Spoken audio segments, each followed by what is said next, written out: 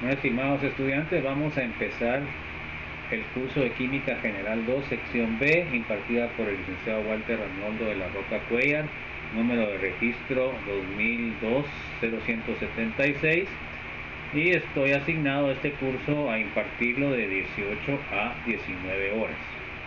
Hasta el momento no he recibido ningún estudiante en todo el semestre debido al paro, a estar en contra del fraude electoral en lo que fue el rector, ¿verdad?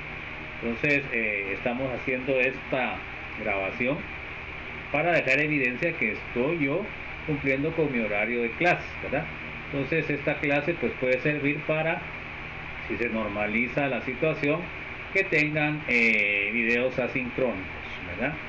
Entonces muchas gracias, vamos a seguir en donde nos quedamos, que fue en la unidad 2 parte 2, y vamos a ver ahora lo que es el orden cero, las reacciones de orden cero. Vamos a compartirles entonces lo que es la presentación que ya se les subió en el Classroom. Entonces vamos a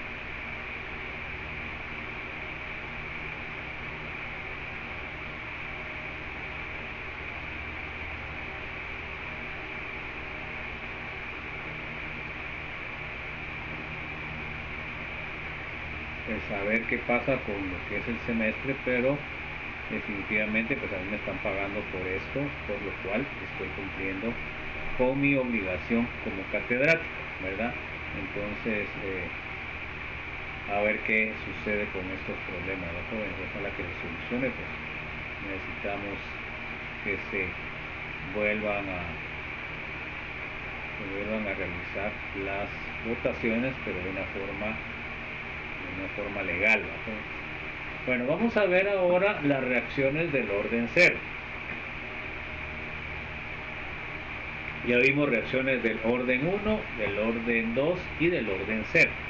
Vamos a ver ahora. Bueno, las reacciones de primero y segundo orden son los tipos de reacciones más conocidas, Las reacciones de orden 0 son poco comunes. Para una reacción orden 0, ¿qué es lo que va a pasar? Quiere decir de que tengo un reactivo A que me da un producto. Bueno, entonces ahora la ley de rapidez, ¿cómo va a estar dada? Está dada por esta ecuación. Entonces quiere decir, miren, la rapidez va a ser igual acá por la concentración inicial de A elevado a la C. Entonces, ¿qué queda? A elevado a la C queda 1, o sea que la rapidez me queda igual acá.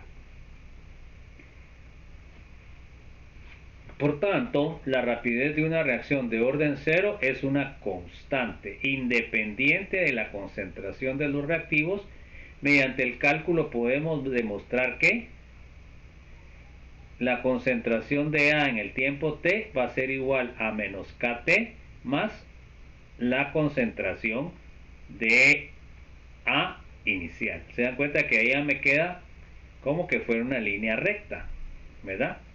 En donde tenemos aquí lo que es el tratamiento matemático, una integración de una derivada, y obtenemos el menos k que va a ir desde el tiempo t igual a t a 0, y la diferencial del tiempo.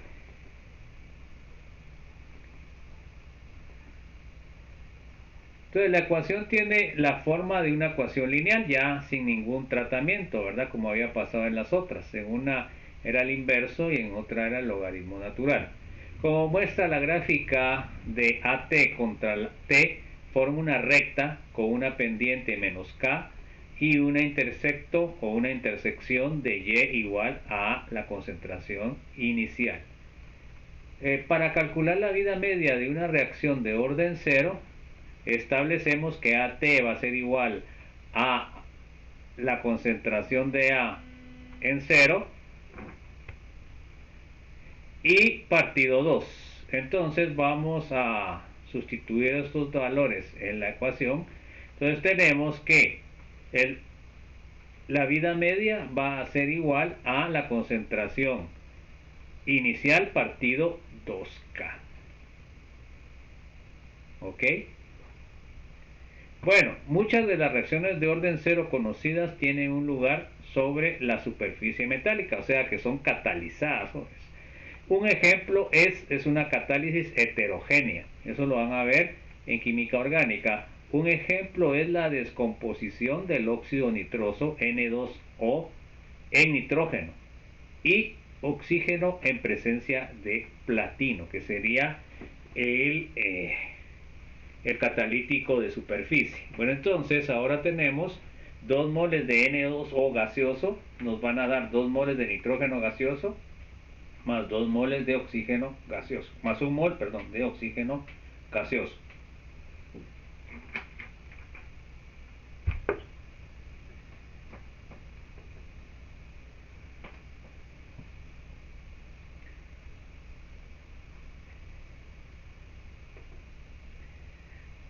Bueno, cuando todos los sitios de unión del platino están ocupados, la rapidez se vuelve constante sin importar la cantidad de NO2 presente en la fase gaseosa. Entonces fíjense pues, lo que pasa con estos catalíticos es de que son una superficie, por ejemplo, es una plancha de platino delgada, y los reactivos, en este caso, sería el N2O, ¿verdad? Entonces este se va a unir a la superficie, ¿ok? Entonces esta superficie es una superficie grande. Entonces cuando se llega a, voy a ponerle aquí como que fueran crucitas, se va añadiendo el NO2 acá.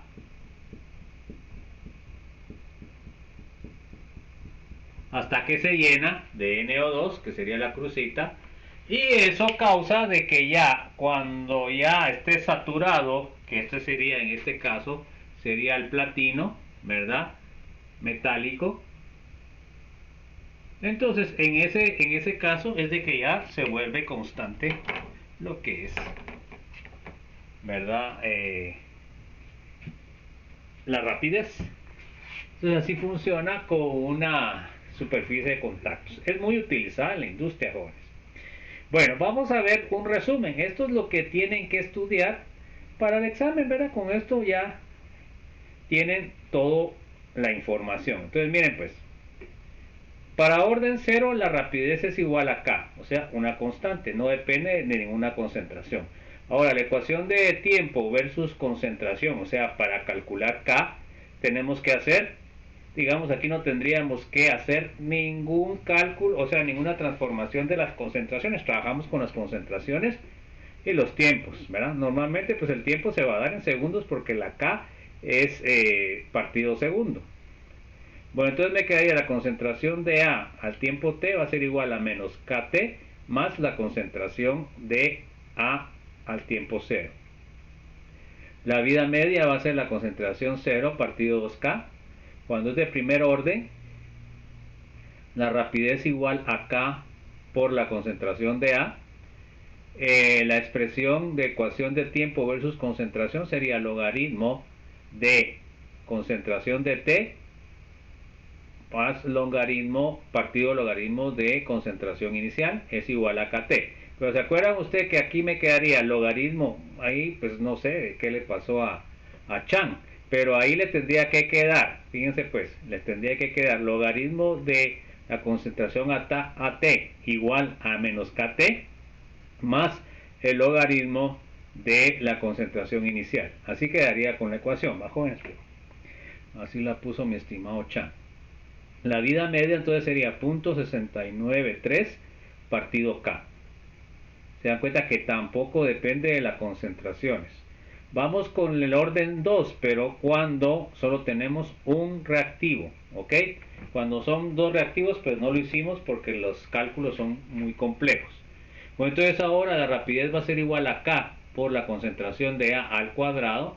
La ecuación de tiempo versus concentración me quedaría 1 partido la concentración a tiempo t de A igual a KT más 1 partido la concentración inicial de A. La vida media me queda 1 partido K por la concentración inicial. En este caso sí depende de la concentración inicial del reactivo. Bueno, entonces ahí está el resumen de todo lo que vimos, jóvenes. ¿Qué es lo que aprendimos en la presentación? Primera reacción, las reacciones de primer orden. Vimos el cálculo experimental de la cinética de reacción. Vimos las reacciones de segundo orden, la vida media, las reacciones de orden cero. Y con eso terminamos la segunda parte.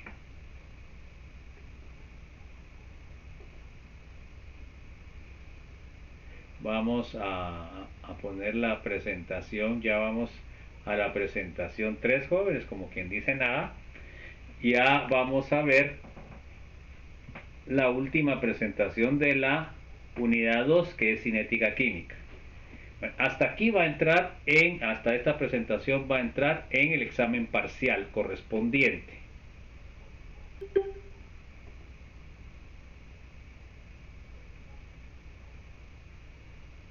Vamos a...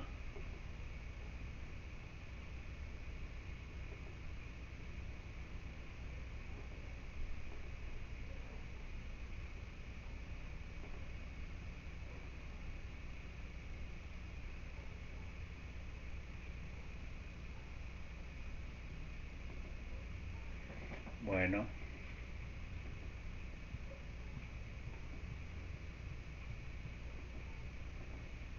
Vamos a ver los objetivos de esta presentación.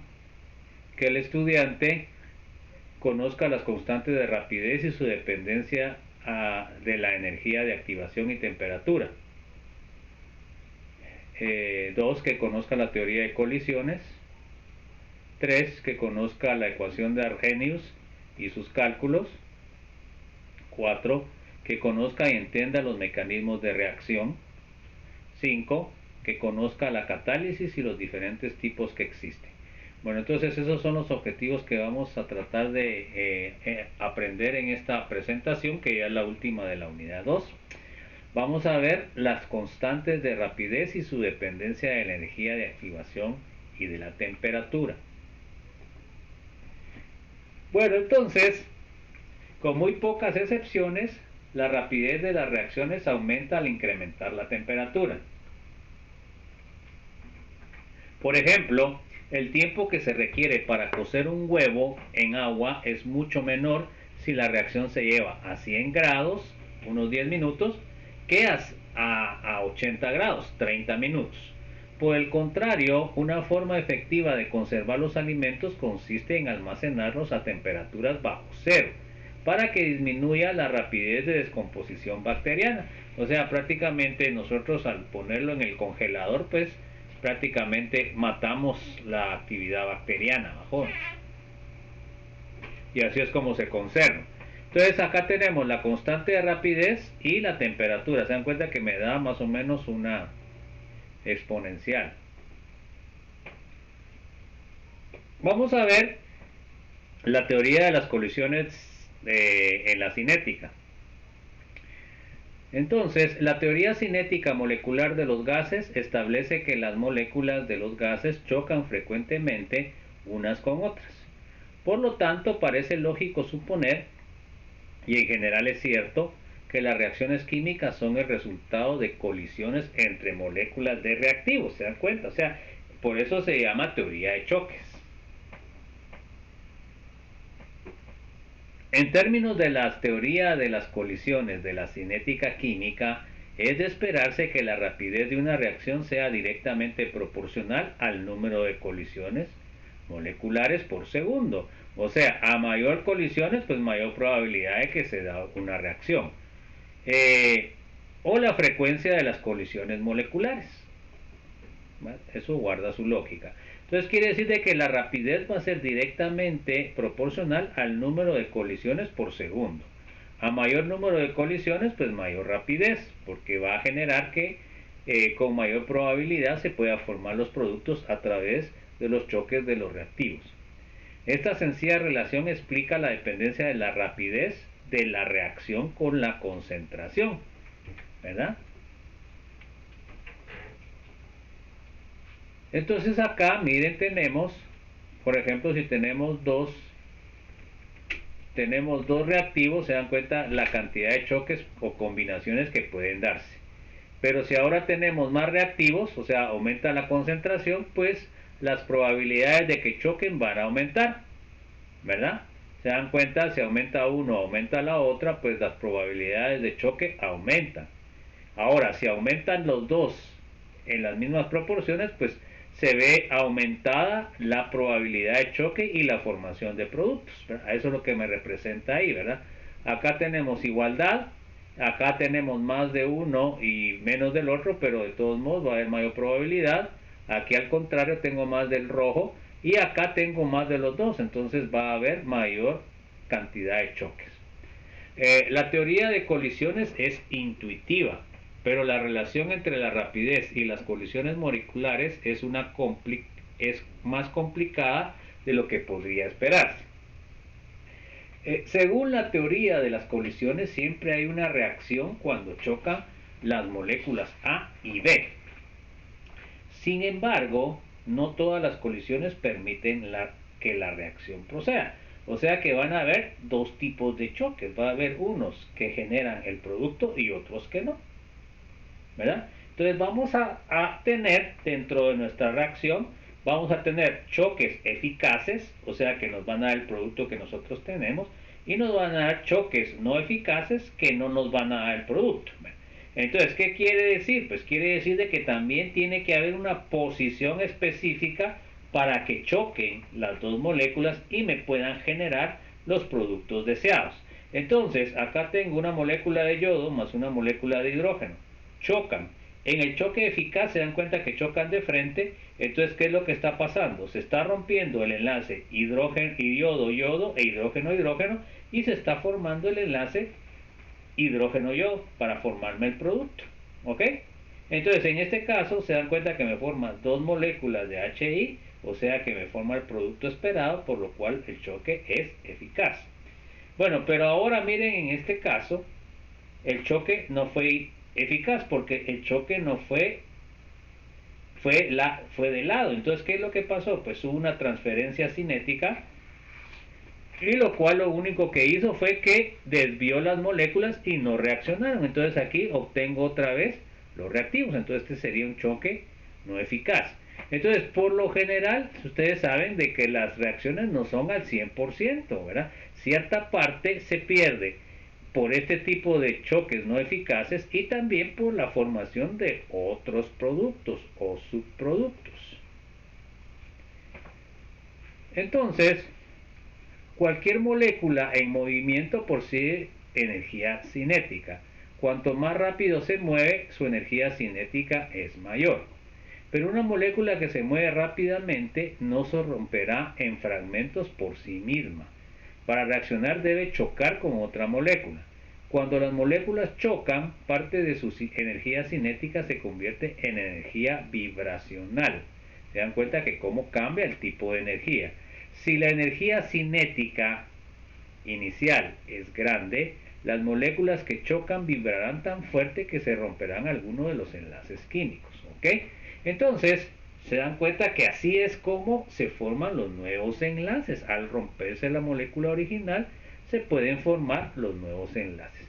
Acá tenemos lo que es un diagrama de energía. Miren, acá, en este caso, esta reacción se lleva a cabo en un paso porque tiene un pico, y luego de esto podemos decir nosotros que es una reacción exotérmica porque los productos son más estables que los reactivos.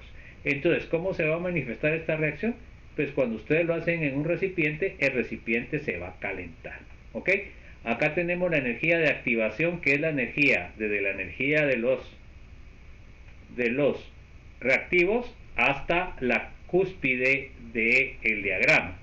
Luego de esta energía de activación, que es la mínima que se requiere para que se dé la reacción, entonces acá ya se da la reacción. Y como está formando productos más estables, pues esta reacción es espontánea.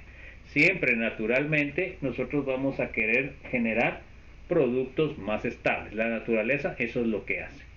Acá tenemos otro diagrama que es en un paso, pero se dan cuenta ustedes acá que los reactivos son más estables que los productos. Entonces, ¿qué pasa, jóvenes? Quiere decir de que esta reacción es endotérmica, o sea que es no espontánea, porque ustedes necesitan energía para generar los productos. Esta reacción necesita energía del exterior. Entonces ustedes, ¿cómo determinan eso en forma experimental? Pues su recipiente se enfría o forma condensado, ¿verdad? Y esta reacción también tiene una energía de activación. Si se dan cuenta ustedes, el tamaño, si ustedes lo miden con una regla, el tamaño de esta energía de activación es muchísimo mayor que la energía de activación de una exotérmica. Entonces esta reacción es no espontánea. Y ahí se acuerdan que también existen, en las reacciones existe dos tipos de reacción, ¿verdad? Eso también tenemos que recordarlo, jóvenes. O sea, cuando se da una reacción, normalmente se forman dos tipos de reacciones. Entonces, por ejemplo, yo tengo los reactivos y genero los productos. Esa reacción se llama reacción directa. Pero también conforme va generándose más productos, entonces también se da la reacción inversa. O sea, me están regenerando los reactivos. Entonces se llama indirecta.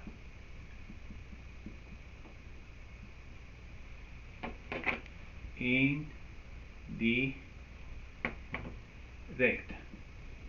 Entonces, la reacción directa es la generación de los productos y la reacción indirecta es la regeneración de los reactivos.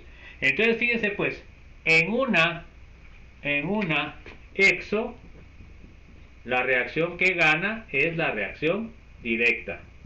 ¿Por qué? Porque los productos son más estables que los reactivos. Pero en una reacción endo, la reacción que más se da es la indirecta. ¿Por qué? Porque los reactivos son más estables que los productos. Entonces, para yo pasar esta reacción endo para acá, le tengo que agregar energía. Y por eso se enfría el recipiente. Entonces, esta reacción endotérmica se va a favorecer cuando ustedes la calienten. Y la exotérmica, al revés, cuando la enfríe.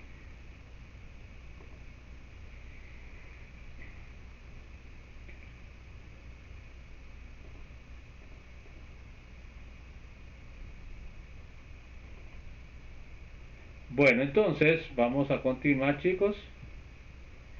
Suponemos que para que ocurra una reacción, las moléculas que chocan deben tener energía cinética total igual o mayor que la energía de activación. ¿Se dan cuenta?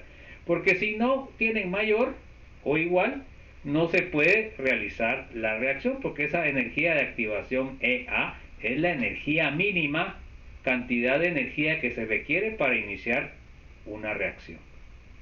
Cuando las moléculas chocan, forman un complejo activado. ¿Se dan cuenta que complejo activado significa que se van a juntar los reactivos? En este complejo activado van a haber enlaces que se forman y enlaces que se destruyen. También denominado estado de transición, que es una especie transitoria formada por moléculas de los reactivos como resultado de una colisión antes de que se formen los productos.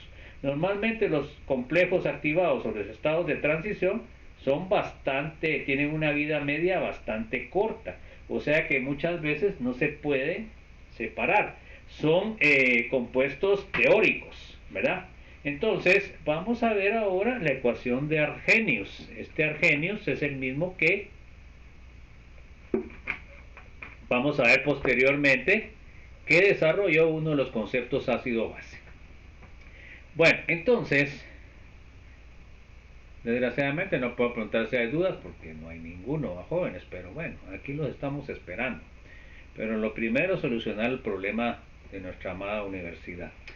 La dependencia de las constantes de rapidez de una reacción con respecto de la temperatura se expresa mediante la siguiente ecuación conocida como ecuación de Arrhenius. Entonces la ecuación de Arrhenius es igual, K va a ser igual a A por la base E elevado a la menos energía de activación partido RT, ¿verdad? Donde R es la constante de los gases y T es la temperatura absoluta, o sea, la temperatura dada en grados Kelvin. Bueno, acá tenemos que donde EA es la energía de activación de la reacción en kilojoules mol. R es la constante de los gases, 8.314 joules partido Kelvin por mol. T es la temperatura absoluta y E es la base de la escala de los logaritmos naturales, ¿ok? Como 10 es la base de logaritmos base 10, o los log. Bueno, la cantidad A representa la frecuencia de las colisiones y se llama factor de frecuencia, ¿ok? Se puede tratar como una constante para un sistema de reacción determinado en un amplio intervalo de temperatura. La ecuación de Arrhenius muestra que la constante de rapidez es directamente proporcional a A y por tanto a la frecuencia de las colisiones. Además, debido al signo negativo asociado al exponente EA partido RT, la constante de rapidez disminuye cuando aumenta la energía de activación y aumenta con el incremento de la temperatura. Esto es una cosa importante. La temperatura ya sabemos nosotros que tiene mucho que ver con el aumento de la velocidad, pues lo que hace es que aumenta la vibración de las moléculas y eso aumenta la probabilidad de choque. Esta ecuación se expresa de una forma más útil aplicando el logaritmo natural de los dos lados. Bueno, vamos a hacer un tratamiento matemático. Cuando nosotros ponemos para eliminar el EVA, jóvenes, entonces ahora logaritmo de K por logaritmo de AE elevado a la EART. Entonces ahora miren, me queda logaritmo de K va a ser igual a logaritmo de A menos el logaritmo de EART. Se dan cuenta que ahí ya me va quedando de una forma diferente. Luego, la ecuación la ordenamos como una ecuación de la línea recta. Entonces ahí vamos a tener ya nuestra ecuación bonita. Miren, ahora tenemos que el logaritmo de K va a ser igual a menos EAR partido R por el inverso de T más el logaritmo de A.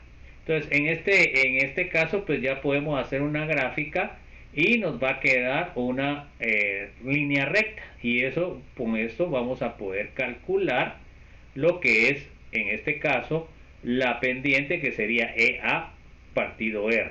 Nosotros conocemos R, entonces vamos a calcular a través de lo que es la regresión lineal M, y de ahí sabemos que es igual a menos EAR, y entonces podemos despejar EA porque R es una constante y así la podemos calcular. Así pues, una gráfica del logaritmo de K contra 1 partido T da una línea recta cuya pendiente M es igual a menos EA partido R y cuya intersección B con la ordenada del eje Y es el logaritmo de A. Pero lo que más nos interesa, jóvenes, es la pendiente. Entonces aquí vamos a tener que utilizar también otra vez la regresión lineal de nuestra calculadora. Entonces, las constantes de rapidez para la descomposición del acetaldehído, que es un compuesto orgánico, acá tenemos la fórmula C3CHO, y que nos da una molécula de metano, CH4, más una molécula de monóxido de carbono, CO. La reacción es homogénea, está en el mismo estado gaseoso. Se midieron a 5 temperaturas diferentes. Los datos se presentan en la tabla. Trace una gráfica del logaritmo de K contra 1 partido T y determine la energía de activación en kilojoules mol. Para la reacción, observe que la reacción es de orden 3,5, miren ustedes, o sea, existen estos órdenes en relación con el acetaldehído, por lo que K tiene como unidades 1 partido M medios P, ¿ok? Bueno, entonces ahora miremos, ahí están las unidades, miren. Las unidades de esto sería 1 partido m medios elevado a la medio, o sea, una raíz cuadrada, ¿verdad? Por segundo. Bueno, entonces ahora tenemos los datos ahí, ¿me? Entonces, para empezar, se dan cuenta ustedes que tendríamos que sacar el logaritmo, ¿verdad? El logaritmo de K, y tenemos que sacar el inverso de la temperatura. Ojo, o sea que estos dos datos no los podemos ingresar simplemente a la calculadora porque no nos sirven para nada. Tenemos que tratar lo que son los datos. Entonces, considere la ecuación de Arrhenius escrita como una ecuación lineal. Se dan cuenta que ahora yo, al hacer lo que es los cálculos, o sea, primero tengo que tratar los datos, luego de que ya tengo x, que en este caso tiene que ser el inverso de t, y lo que es y va a ser, entonces, ¿qué va a hacer? Va a ser la concentración. Entonces, miremos pues. Pero sería la constante, disculpen. Entonces ahora tenemos lo siguiente.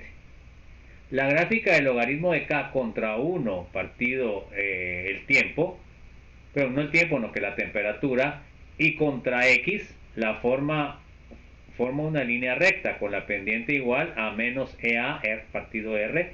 Por tanto, la energía de activación se puede determinar a partir de la pendiente de la gráfica. ¿Se dan cuenta? Otra vez fundamental hacer eso. Primero convertimos los datos en la siguiente tabla. Se dan cuenta que eso es lo que van a tener que trabajar ustedes en su tabla, porque yo les voy a dar estos datos y les voy a poner estas dos columnas para que ustedes lo calculen. Entonces podemos hacer los cálculos. Miren pues, jóvenes, sería el logaritmo de K, entonces sería el logaritmo natural de 0.011, me sale menos 451 aproximado, me sale 459. Bueno, lo vamos a hacer como está ahí, como lo puso mi estimado Chan. Bueno, punto cero, ahora el otro sería el inverso, entonces sería el inverso de 700. Suelen ponerlo como x a la menos 1.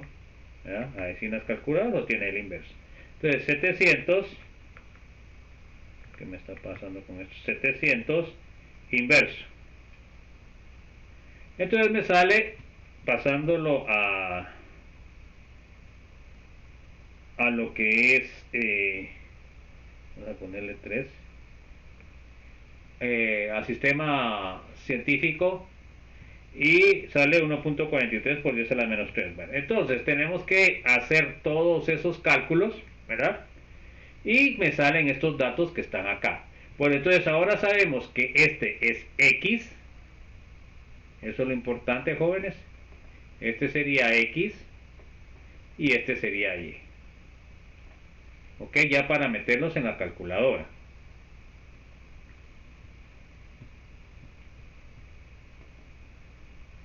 Bueno, entonces, mire pues, acá tenemos lo que es la gráfica que nos puso ahí mi estimado Chan. Y acá tenemos los datos que adquirimos. La gráfica de estos datos se muestra en la figura anterior. La pendiente de la regla se calcula a partir de dos pares de coordenadas, lo podemos calcular, pero acuérdense ustedes que eso solo me serviría para saber que si mi dato está bien calculado. Entonces, ¿qué es lo que debo tomar? Debo de tomar los datos más extremos, ¿verdad? Entonces, en este caso, se dan cuenta que tomé el dato de 4.51 menos 0.0237 dividido 1.14 menos 1.23, como tiene la misma exponente, pues lo puedo restar de esta forma, y esto sería K a la menos 1, Kelvin a la menos 1. Bueno, entonces ahora ¿cómo me queda? Pues me queda la pendiente 2.137 por 10 a la 4. O sea, con este dato yo ya sé o ya puedo ver cuando cuando meto todos los datos, porque este dato es un dato aproximado. El que calculo en la línea recta que hago en la calculadora o en el Excel, pues es un dato más exacto que este. Pero con este dato yo puedo comparar de que mi dato que obtengo en la calculadora esté bien. O sea, este sería como una comprobación, ¿ya? Bueno, entonces seguimos. Entonces, ahora sabemos que la pendiente es igual a menos EA partido R. Entonces, eso va a ser igual a menos 2.137 por 10 a la 4, ¿ok? Que es lo que calculamos anteriormente solamente con los puntos. Y luego, entonces, la EA va a ser igual a ¿qué? A esto multiplicado por R. 8.314 joules partido Kelvin por mol multiplicado por 2.137 por 10 a la 4 Kelvin y me queda una energía de activación de, se dan cuenta que se van los Kelvin y me queda únicamente kilojoules mol. Entonces me queda 1.7 por 10 a la 2. Hagamos el cálculo, jóvenes, para ver si nos sale eso.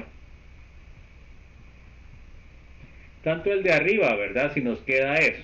Fíjense, pues es importante que nosotros hagamos los cálculos cuando estemos trabajando, porque si no, pues no nos acostumbramos al uso de nuestra computadora.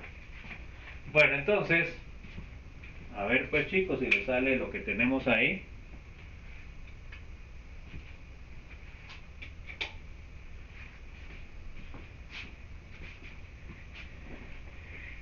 Tenemos que ver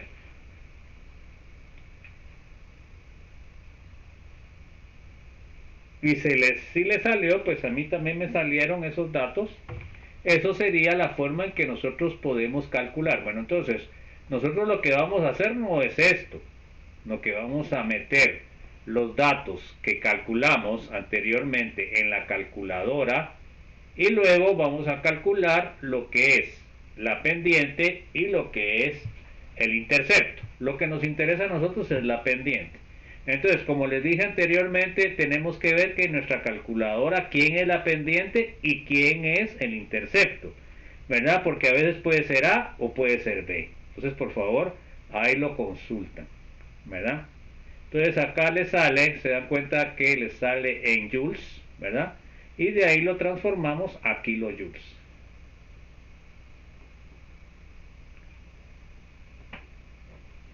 Aquí tenemos el ejercicio de práctica número 2 para el resumen. Por supuesto, estos resúmenes no los podemos presentar porque no hemos tenido clase, ¿no, jóvenes? Esto es solo como estuviéramos recibiendo el curso. Entonces este sería el ejercicio de práctica número 4 que se tiene que presentar en el resumen de la unidad 2. Entonces determinemos gráficamente la energía de activación para la reacción. Cuando digo yo gráficamente, pues no es que sea por la gráfica, no que sea por la regresión lineal, ya sea de la computadora o de lo que es la calculadora. Prefiero que utilice la calculadora porque eso es más fácil de utilizar a la hora del examen, ¿verdad, jóvenes? Pero pues pueden utilizar, porque en la computadora lo que tienen de bueno es que pueden hacer el cuadro, ¿verdad?, de las transformaciones, porque aquí se están transformando las dos variables, ¿verdad? A uno se le saca el logaritmo natural y a la otra se le saca el inverso. Entonces, con el Excel es más fácil porque ustedes ya programan la fórmula y ya se los hace automáticamente, ¿verdad? Bueno, vamos a ver el mecanismo de reacción. Bueno, los mecanismos de reacción, como mencionamos con anterioridad, una ecuación química global balanceada no indica mucho con respecto de cómo se lleva a cabo la reacción, ¿verdad? O sea, ahí solo me da las cantidades, ¿verdad? O sea, esa es solamente la descripción de lo que es en sí una reacción. En muchos casos solo representa la suma de varias etapas elementales o reacciones elementales. Una serie de reacciones sencillas que representen el avance de la reacción global a nivel molecular. El término que se utiliza para la secuencia de etapas elementales que conducen a la formación del producto es el mecanismo de reacción. El mecanismo de reacción es comparable con la ruta que se sigue durante un viaje. La ecuación química global solo especifica el origen y el destino. Pero entonces, para lo que es en sí, jóvenes, poder mejorar una reacción o entender la reacción, lo que necesitamos conocer es el mecanismo de reacción, jóvenes. No hay de otra. Por supuesto, esto ya es para especialistas, ¿va, jóvenes? Porque realmente pues el ámbito que ustedes trabajan es un ámbito más aplicado, ¿verdad? Pero es importante muchas veces consultar con los especialistas para poder mejorar los procesos que ustedes realizan, ¿verdad, jóvenes? Pero tienen que tener una idea de qué es lo que va a hacer el especialista. Entonces, en este caso, como ejemplo de un mecanismo de reacción, considere la reacción entre óxido nítrico y oxígeno. Entonces ahí tengo el NO, que sería el monóxido de nitrógeno, 2 moles de gas, más 1 mol de oxígeno, y se me forman 2 moles de dióxido de nitrógeno. ¿Ok? Entonces vamos a ver cómo es que se da el mecanismo. Se dan cuenta que la reacción pues solo me dice cuáles son lo que son las proporciones tanto de reactivos como productos, ¿verdad? Eso me sirve para hacer un cálculo de rendimiento, para hacer un cálculo de lo que es la cantidad que voy a obtener, ¿verdad? De un producto o de una ecuación específica. Bueno, entonces sabemos que los productos no se forman directamente como resultado de la colisión de dos moléculas de NaO con una molécula de O2, porque se ha detectado la presencia de N2O2 durante el curso de la reacción. Entonces quiere decir de que hay un intermediario que ahí dentro de la reacción no se mira. Vamos a ver como cuando seguimos acá que estas reacciones intermediarias al final se eliminan, pero es importante conocer cuáles son. Supongamos que la reacción en realidad se lleva a cabo en dos etapas elementales, como sigue. Entonces miren, pues acá están las dos reacciones reales. Acá tengo la formación de este intermediario. Se dan cuenta que dos moles de NO gaseoso reaccionan y forman N2O2, que sería un intermediario que no está presente en la reacción ya general, pero sí se forma, jóvenes. Bueno, entonces, después, ya cuando ustedes tienen el NO2O2, reacciona con el oxígeno y me da el producto que yo tengo. ¿Se dan cuenta? O sea que este intermediario en la reacción total no aparece, ¿verdad? Entonces esto puede ser o podría ser un paso lento en la reacción, y que yo puedo mejorar la reacción al poder favorecer esta formación. Entonces, fíjese pues, si yo me fijo solamente en la reacción neta, pues yo no sé que se forma este N2O2. En la primera etapa elemental de las dos moléculas de NO chocan para formar las moléculas de N2O2. Después sigue la reacción entre el NO2 y O2 para formar las moléculas de NO2, que es el producto que a mí me interesa. La ecuación global representa el cambio total que está dado por la suma de las etapas. Esto es lo que hacemos, digamos, cuando hacemos las diferentes etapas. Pero vamos a ver que al final ese intermediario lo vamos a eliminar, porque al final nosotros podemos ver cómo lo hacemos. Digamos, la etapa 1 es NO, NO, N2O2. La etapa 2 es N2O2 más oxígeno, me da 2NO2. Entonces se dan cuenta que ustedes tienen esa molécula de N2O2, lo tienen en los reactivos y lo tienen en los productos. Entonces ahí se dan cuenta que al hacer la suma tengo dos moléculas de NO, una molécula de N2O2 más una molécula de oxígeno, y en los productos tengo una molécula de N2O2 y tengo dos átomos de NO2. Se dan cuenta que como tienen la misma cantidad, pero está uno en los productos y uno en los reactivos, se elimina. Entonces la reacción neta es la que nosotros tenemos al final, ¿verdad, jóvenes? Entonces este NO2 y O2, solo si ustedes investigan van a conocer que se formó. Entonces las especies como N2O2 se llaman intermediarios. porque aparecen en el mecanismo de reacción, es decir, en las etapas elementales o en el camino que sigue la reacción, pero no en la ecuación global valenciana. Recuerde que un intermediario siempre se forma en una etapa inicial y se consume en una etapa posterior.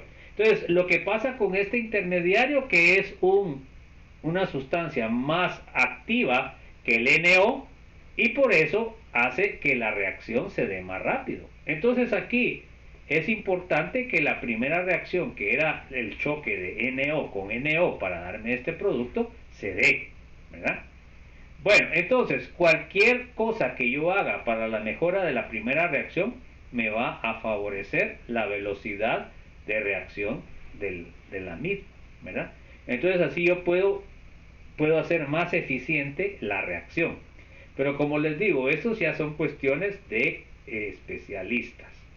La molecularidad de una reacción es el número de moléculas que reaccionan en una etapa elemental. Estas moléculas pueden ser las mismas o diferentes. Cada una de las etapas elementales estudiadas en una reacción bimolecular, una etapa elemental que implica dos moléculas, un ejemplo de una reacción unimolecular, una etapa elemental en la que participa una molécula reaccionante. Es una conversión de ciclopropano en propeno. Se dan cuenta que en este caso, que el anterior ejemplo era bimolecular, en este caso no, la que estamos hablando del ciclopropeno alqueno.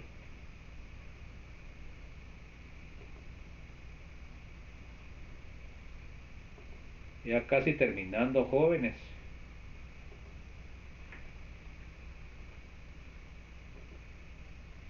Se conocen muy pocas reacciones trimoleculares, reacciones donde participan tres moléculas. En una etapa elemental, debido a que el encuentro simultáneo de tres moléculas es mucho menos probable que una colisión bimolecular. Bueno, entonces eso también estamos hablando de lo que es estadística, ¿verdad? Y además también muchos choques tienen que ver con que sean choques efectivos, porque si la molécula no choca en la forma que generan los productos, pues resulta que no me va el producto final. Entonces, ahí podemos ver, miren jóvenes, eso es importantísimo y va a ser evaluado. En este caso, se dan cuenta que el diagrama de energía tiene dos picos, o sea, quiere decir de que se da en dos etapas. Bueno, lo que podemos ver también que es una reacción exotérmica porque los reactivos son menos estables que los productos, o sea que mi reacción es espontánea. Luego de eso también podemos ver que la energía de activación 1, que sería la EA1, ahí solo pusieron así, y esta sería la 1 y esta sería la 2, para ser más claros. Entonces la etapa 2, que sería el segundo pico, entonces se dan cuenta ustedes que para determinar la energía de activación 1 tiene que ser desde el nivel de los reactivos hasta el primer pico. Esa sería la energía de activación 1. Ahora, en el caso de la 2 sería desde el intermediario, porque el valle está en intermediario, hasta el segundo pico, hasta la cúspide. Entonces esta es una EA2. Entonces es evidente ahí que el paso lento de la reacción va a ser la EA1 porque la energía de activación es mayor que la energía de activación 2. Luego de esto, en el valle vamos a tener un intermediario, ¿verdad? Que puede ser el caso que vimos anteriormente, el N2 o 2, ¿verdad? O puede ser pues otras cosas que van a ver cuando miremos química, cuando vemos química orgánica, ¿verdad? Y entonces son cosas que debemos nosotros de entender y aplicar. Déjenme ver qué sigue. Entonces, fíjense pues. Bueno, vamos a ver este resumen y después les voy a decir otras cosas. En la gráfica de reacción se puede resumir la información que se puede adquirir a continuación. Bueno, entonces vamos a ver. Primero, el número de picos nos indica el número de pasos. Si yo tengo 5 picos, son 5 pasos. Si tengo 20 picos, son 20 pasos. Vamos, el número de picos nos indica también el número de estados de transición o complejo activado. Entonces, el número de picos me va a decir porque en cada cúspide va a haber un complejo activado, o sea, el número de picos es igual al número de complejos activados que se forman.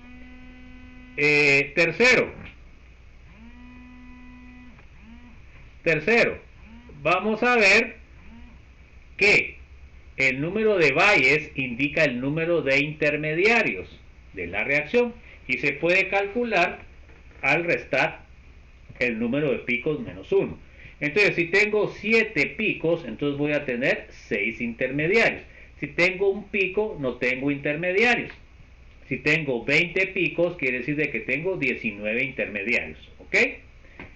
Bueno, entonces, luego la energía de activación es la energía mínima que se requiere para que la reacción se genere. O sea, quiere decir de que desde lo que es la base del pico hasta la cúspide del mismo, eso es la energía de activación.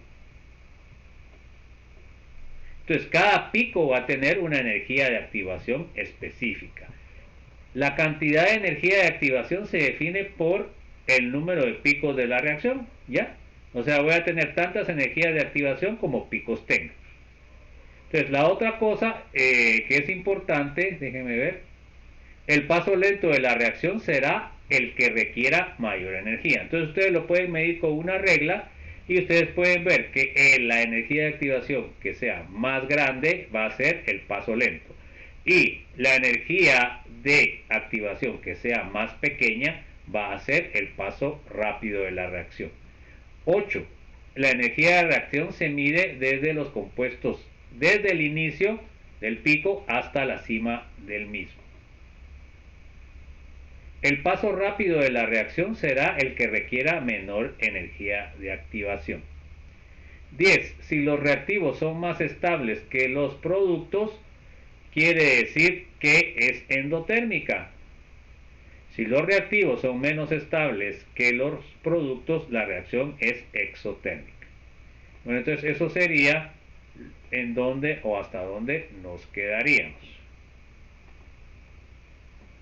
Entonces, jóvenes, vamos a ver, para terminar, un pequeño ejemplito. Entonces, miren pues, vamos a tener nuestro diagrama de energía. Vamos a tener nuestro diagrama de energía, jóvenes. Ahí está. Bueno, entonces, fíjense pues, ahora aquí tenemos nuestros reactivos que serían acá y vamos a ver esta reacción. Aquí me desinspiré. Entonces, vamos a ver esta reacción. Viene acá, sube, sube, sube.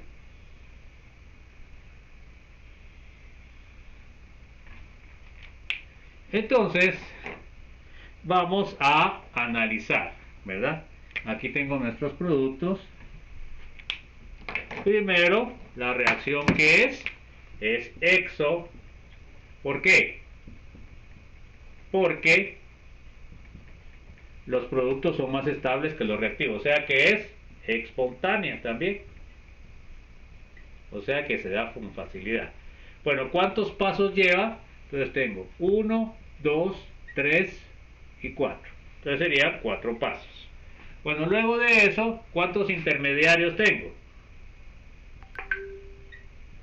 Tengo 4 menos 1, serían 3 intermediarios.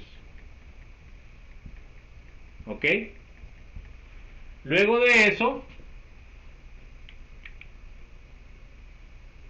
¿cuántos estados de transición? Tengo 4 estados de transición, que es cada pico. Bueno, y ahora, paso lento y paso rápido. Pues entonces ahora tenemos que medir más. Vamos a ver primero, se dan cuenta, desde la base hasta el pico. Esa sería la energía de activación 1. Vamos a ver la segunda, sería de la base del intermediario hasta la cúspide. Esta sería la energía de activación 2. De ahí tendríamos desde la base hasta el pico, sería la energía de activación 3.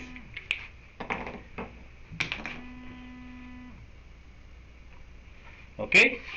Y por último tendríamos el paso 4, que sería la energía de activación 4. Bueno, entonces, ¿cuál sería el paso lento? Pues tendría que ser el que sea más alto. Entonces, aquí evidentemente, miren acá, si nosotros lo medimos con el marcador, pues es más grande. Miren, este es muchísimo más grande, más pequeño y más pequeño. Entonces, el paso lento sería el 1, que es el que tiene más tamaño en la energía de activación. Y el paso rápido sería el que tiene menos, que sería el 4. Entonces con eso ya podemos nosotros definir lo que es nuestro diagrama. Y eso es lo que se les va a pedir. Esa información es lo que se les va a pedir en los exámenes cortos. Bueno, entonces con eso terminamos, chicos. Nos vemos el día de mañana. Vamos a seguir con la clase número 8. Y bueno, que tengan que bendiciones y seguir en la lucha, ¿va, jóvenes? Porque no nos queda de otra. Entonces nos vemos el día de mañana con la clase número 8. Bueno.